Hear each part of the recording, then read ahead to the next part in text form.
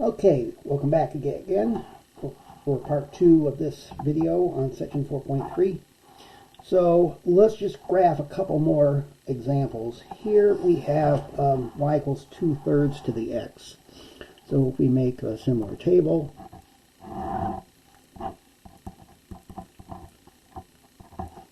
okay.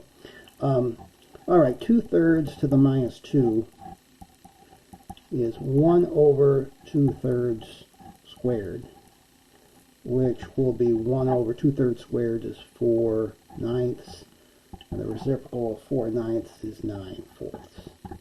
So this would be 9/4. Okay, so it's a little more than 2.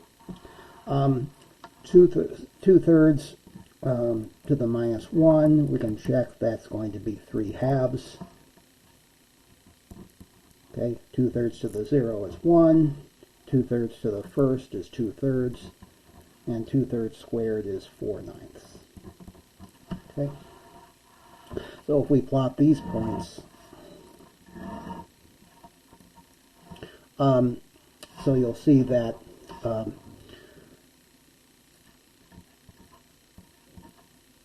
point here,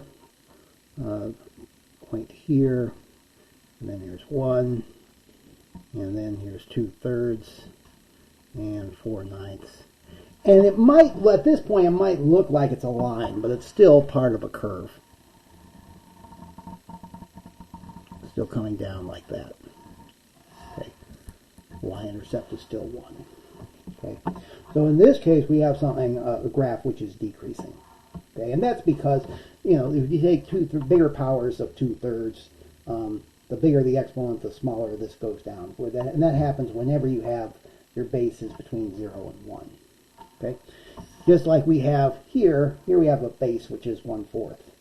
But we're going to see the opposite is going to happen because of this minus 7 here.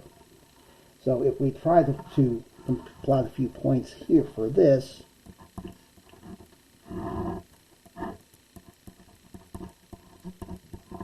okay, you have -7 times 1/4 to the minus 2.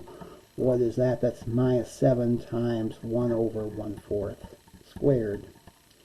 And this will be -7 times 1 over 1/16, which is just 7 times 16, okay, which I believe this turns out to be -112, or -112. Okay. And then similar calculations show this is -28, this is -7, this is -7/4, and this is -7/16. Okay. Of course, you can always do this on your calculator, but this should work out though. I mean, like for example, again, 1/4 to the 0 is 1, so 1 times -7 is -7.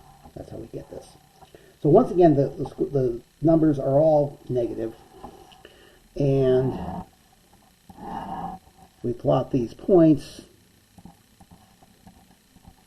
Obviously, -112 is going to be way, way down here. Can't really plot that. There's -28, and then -7 is going to be way right here. And then here's -7/4 and -7/16. So the graph approaches the x-axis very, very quickly. Okay. In this case, the graph is completely underneath the x-axis because y is always negative. Okay, so hopefully you can see that the patterns are what the patterns are here, and I've sketched this out on the last sheet in your notes here. So you have these 4 cases when a, so for the graph of a times b to the x, if a is positive and b is bigger than 1, then the graph is always, everything's positive, the graph is always above the x-axis, and it is increasing. Okay. When a is negative and b is bigger than 1, the graph is decreasing and it's always below the x-axis. When a is positive and b is between, so did I get this right? Yeah, so it's decreasing here, Here it is decreasing as well when A is positive and B is between 0 and 1, but it's above the x-axis because A is positive. And when A is negative and B is between 0 and 1, the graph is increasing and it's always below the x-axis, right? Now there are going to be a few more transformations we can do this. We're going to see that we can actually shift things up and down, and a couple of things. One other thing you might want to know in addition to this is that when we replace x with minus x, that consists of that's a reflection through the y-axis.